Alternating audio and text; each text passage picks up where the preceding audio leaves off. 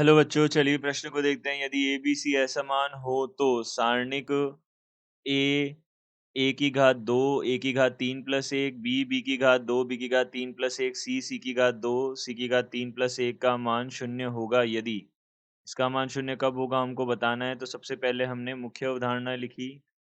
मुख्य अवधारणा इस मुख्य अवधारणा में हम यह समझेंगे कि सारणिक के गुणधर्म क्या क्या होते हैं। तो हम यहाँ से बोल सकते हैं, देखिए यहाँ से हम बोल सकते हैं सबसे पहले एक सारणिक यदि हमारे पास में देखिए ए एक प्लस ए दो, बी एक प्लस बी दो, सी एक प्लस सी दो है।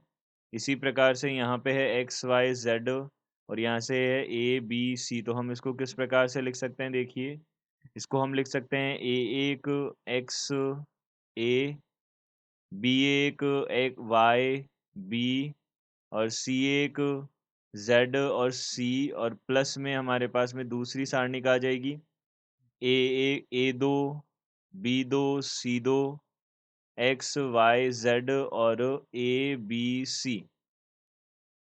इसका हम यहाँ पे उपयोग करेंगे। तो देखिए यहाँ से सबसे पहले हमारे पास में जो सारणिक है डेल्टा, वह किसके बराबर है।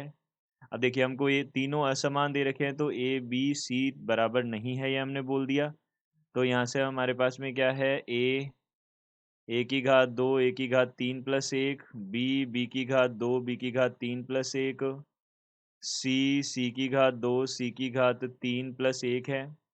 यह हमारे पास में हमने क्या किया, इसको सबसे पहले दो सारणिकों के योग के रूप में लिखा। ए की घात दो और यहाँ से हो जाएगा ए की घात तीन, बी की घात दो, बी की घात तीन, सी की घात दो, सी की घात तीन, और प्लस में यहाँ पे कितना हो जाएगा हमारे पास में, यह हो जाएगा ए की घात दो एक, बी की घात दो एक, सी की घात दो एक आ जाएगा। यह बन जाएगा। हमने यहाँ से क्या किया, देखिए अब इस प्रथम पंक्ति जो है इसमें से हमने ए को उभयनिष्ठ लिया, क्योंकि सारणिकों में हम एक पंक्ति से ही एक अवयव को उभयनिष्ठ लेते हैं। और यहाँ से बी से इस दूसरी पंक्ति से बी को और तीसरी पंक्ति से सी को हमने उभयनिष्ठ लिया, तो ए बी सी आ जाएगा। यहाँ से कितना बनेगा, देखिए एक एक एक। अब यहाँ से देखिए ए बी सी और यहाँ से ए की घात दो, बी की घात दो और यहाँ से कितना हो जाएगा, सी की घात दो हो जाएगा। यह हमारे पास बन जाएगा। और प्लस यहाँ से कितना हो जाएगा, ए बी सी, ए की घात दो, बी की घात दो, सी की घात दो, एक एक एक, यह बनेगा। अब हम यहाँ से गुणधर्म का उपयोग कर सकते हैं, किसका, देखिए हम यहाँ से बोल सकते हैं किसी भी, अगर हम दो पंक्तियों या दो स्तंभों को, देखिए हम यहाँ पे स्तंभों को कर रहे हैं, तो हमने क्या किया, सबसे पहले यहाँ पे हमने सी में लगाया, सी एक जो है उसको अंतर परिवर्तित किया हमने सी तीन से। इससे क्या होगा, सारणिक के मान में क्या होगा, सारणिक का मान ऋणात्मक हो जाएगा। तो हमने यह उपयोग किया, तो यहाँ से ए बी सी आ गया हमारे पास में। यहाँ कितना हो गया, देखिए ये किसके अंदर लगा रहे हैं, हम दूसरे वाले में लगा रहे हैं। तो एक ए की घात दो, एक बी की घात दो, एक देखिए एक सी की घात दो है, और प्लस यहाँ से कितना हो जाएगा, यहाँ पे हमारे पास बन जाएगा, देखिए हमने सी एक और सी तीन को किया, तो एक एक एक आगे आ गया, ए की घात दो, बी की घात दो, सी की घात दो आ गया, और यहाँ से कितना हो गया, ए बी सी आ गया। यहाँ पे ऋणात्मक चिन्ह आ जाएगा। अब इसी प्रकार से हम दूसरी बार अगर ये करेंगे तो यहाँ पे धनात्मक चिन्ह भी आ जाएगा। तो हम साथ में ही हम दूसरी बार भी लिख देते हैं, यहाँ पे सी दो को हमने सी तीन से भी परिवर्तित कर दिया, तो यहाँ से ए बी सी आ जाएगा। यहाँ पे ए की घात दो, दो बार माइनस आएगा तो यहाँ पे बाहर प्लस हो जाएगा। यहाँ पे बी की घात दो और यहाँ से सी की घात दो हो जाएगा। अब देखिए इनको उभयनिष्ठ ले सकते हैं हम, तो यहाँ पे कितना बनेगा, देखिए सारणिक दोनों में उभयनिष्ठ आ जाएगा, तो ए बी सी प्लस एक आ जाएगा। तो ए बी सी प्लस एक, और यहाँ से कितना आ जाएगा, सारणिक एक ए की घात दो, एक बी की घात दो, यहाँ से एक सी की घात दो बन जाएगा।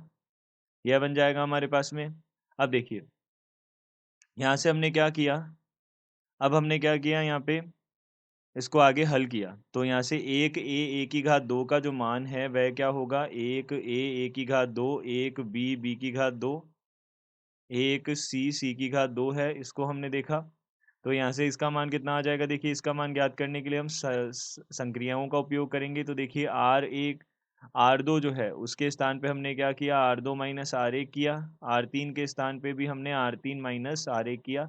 ये संक्रियाएं उपयोग करने पे सारणी के मान में कोई परिवर्तन नहीं होगा, इसका हमको ध्यान रखना है। ए की घात दो यहाँ से हो जाएगा 0, यहाँ से आ जाएगा b माइनस ए, यहाँ से हो जाएगा b की घात 2 माइनस a की घात 2, यहाँ से हो जाएगा 0, यहाँ से हो जाएगा c माइनस ए, यहाँ आ जाएगा c की घात 2 माइनस a की घात 2, यह बन जाएगा। अब यहाँ से हमने क्या किया, द्वितीय पंक्ति जो है उसमें से b माइनस ए को बेनिस ले लिया, तृतीय पंक्ति में से c माइनस ए को बेनिस ले लिया, तो बचेगा क्या क्या, एक ए की घात 2, यहाँ पे 0, यहाँ पे 0, यहाँ पे b माइनस ए को बेनिस लिया तो 1 आ गया, यहाँ पे c माइनस ए को किया तो कितना आ गया, 1 आ गया। अब यहाँ से कितना बनेगा, यहाँ b की घात 2 माइनस a की घात 2 तो b प्लस ए, b माइनस ए बनेगा, b माइनस ए बाहर आ गया तो b प्लस ए रहेगा अंदर, यहाँ से आ जाएगा c प्लस ए आ जाएगा अंदर, ये आ गया। अब हमने इसको हल किया आगे तो b माइनस ए, सी माइनस ए, यहाँ से कितना हो जाएगा, यह हमारे पास, इसको आगे हमने इसको प्रसारित कर दिया तो यहाँ पे कितना हो गया, देखिए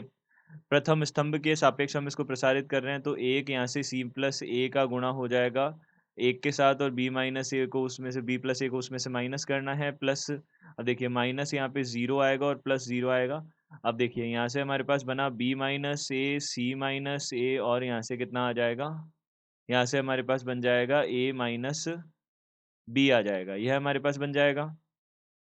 ये हमारे पास देखिए ए से कट गया, सी माइनस बी आ गया, माफ कीजिए सी माइनस बी आ गया, तो ये हमारे पास सी माइनस बी बन गया, यह बन गया। अब देखिए हमारे पास में जो मान था वह था एक ए प्लस बी प्लस सी, देखिए ए गुणा बी गुणा सी प्लस एक था, और साथ में सारणिक का मान कितना आया हमारे पास में, देखिए ये आ गया था हमारे पास बी माइनस ए, सी माइनस बी और ए सी माइनस ए आ गया था, ये देखिए हमने अभी अभी निकाला है ये। अब उसके बाद में हमारे पास यह है मान 0 के बराबर, तो देखिए ए बी सी तो बराबर है नहीं, तो ये तीनों तो 0 हो नहीं सकते, तो यहाँ से 0 क्या होगा, ए बी सी प्लस एक बराबर कितना होगा, 0 होगा। तो यहाँ से हमने बोला ए बी सी प्लस एक, यानी कि ए विकल्प जो है सत्य विकल्प होगा। तो दिए गए प्रश्न का सत्य विकल्प ए है। आशा करते हैं आपको समझ आया होगा। धन्यवाद।